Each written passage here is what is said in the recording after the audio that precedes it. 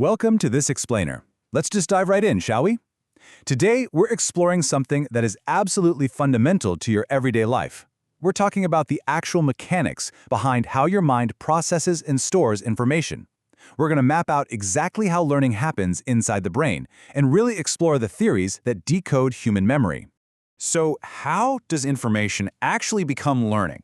I mean, think about it for a second. We are constantly bombarded with data every single day, right? From endless social media feeds to completely overflowing email inboxes, yet only a tiny fraction of it truly sticks. And this right here is the fundamental challenge that educators and instructional designers face. Because, well, if we don't understand how a student's brain processes information, it's pretty much impossible to design instruction that actually works. We have to know how the machine operates if we're going to program it effectively.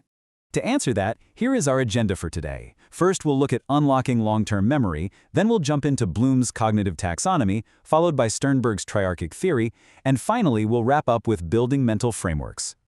All right, Section 1, Unlocking Long-Term Memory. Okay, so the foundational premise for getting any of that data to stick around for the long haul relies on a concept called elaboration. Essentially, this is the process of making deep, meaningful connections between previously learned memory and new information. You know, think of your mind kind of like a massive construction site. New information can't just float in midair. It actually has to act as scaffolding, literally latching on to your existing mental structures. So the deeper the information is processed and the more connections you can make between new data and your existing memory, the more it's going to be retained. Deep processing equals better retention, for sure. It's really all about making the material meaningful by anchoring it to what you already know. Moving on to Section 2, Bloom's cognitive taxonomy. Now, developed back in the 1950s and revised in 2000, Bloom's taxonomy structures this elaboration process into distinct stages. Basically, processing information forces you to climb a cognitive ladder.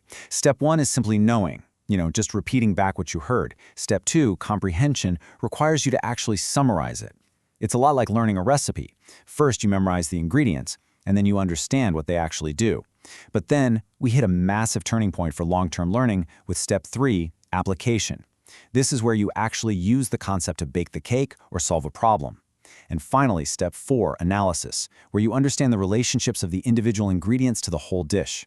Moving down this list forces you to process the data much more deeply, which creates a profound impact on your long-term memory. But things actually get a little controversial at the very top of this taxonomy. While research definitely confirms those first 4 levels are a strict hierarchy, experts vigorously debate the peak of the pyramid, synthesis and evaluation. On one hand, you have Anderson and Krathwohl, who propose reversing the original order. They argue that evaluation, making judgments based on a standard, is actually easier than synthesis, which involves putting parts together to create something entirely new. On the other hand, Hewitt proposes they're equally difficult, just utilizing completely different types of processing. But hey, regardless of who is right in this academic tug-of-war, performing either of these complex tasks fundamentally requires massive analytical power.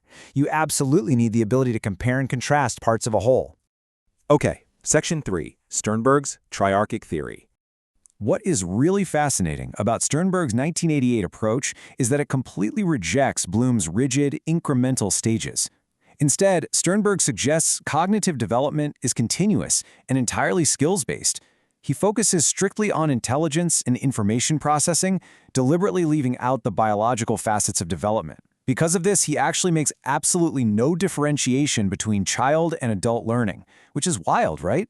He views cognitive development simply as a progression from novice to expert. It's not about jumping up stages. Instead, changes are dynamically driven by feedback, self-monitoring, and automatization. Basically, as a learner gets better at interaction, they learn more and at much higher levels. So, how does Sternberg say we actually process this information? Well, he proposes 3 gears turning seamlessly together. First up are the metacomponents. Think of these as the executive suite, or kind of like the CEO of your brain. They handle the planning and decision-making, identifying a problem and connecting it to past experiences. But the CEO doesn't take action, they just direct it. And that leads us to the second layer, performance components. This is the boots-on-the-ground execution where you weigh the merits and consequences of your options and actually complete the task. Finally, we have the knowledge acquisition component. This is essentially your brain's R&D department, learning new, highly abstract information to solve potential future problems, even if they aren't related to a task you're currently doing. These 3 gears are constantly spinning together to facilitate your learning. But Sternberg added another absolutely crucial dimension to cognitive development theories, and it's this. Learning does not occur in a vacuum. By bringing in the component of feedback, he suggests that our social interactions have a profound impact on cognitive development. This sociocultural aspect is super important because it links his work directly to the interactional theories of educational pioneers like Brunner and Vygotsky. As Driscoll brilliantly put it in 2001, one must consider the broader context and how culture shapes the mind and provides the toolkit by which individuals construct worlds and their conceptions of themselves and their powers. Essentially, this means intelligent behavior is fundamentally defined by your sociocultural context. Your environment provides the literal toolkit you use to adapt, select better environments, and ultimately build your cognitive abilities. Which brings us to Section 4, Building Mental Frameworks. This is where we bring the whole shebang together into one unifying concept. Because the crucial takeaway from all these varying sources is this: despite their differences, all of these theories operate under the assumption that new information is most effectively learned when it matches memory structures you already have in place. Your mind contains massive, multi-leveled frameworks. It's like an ever-expanding internal library. Whenever you encounter new data, your brain actively compares, contrasts, or alters it to fit onto your existing shelves. It is this continual formation and building of these mental scaffolds that ultimately unlocks your ability to process information at higher, far more complex levels. Which leaves us with a final, rather provocative question to think about. What existing mental frameworks are shaping what you are capable of learning next? Because every single thing you have processed so far is the scaffolding for your future intelligence. I mean, think about how you process your world today and how that determines what you will master tomorrow. Thank you so much for joining me for this explainer. Keep building those frameworks and keep learning.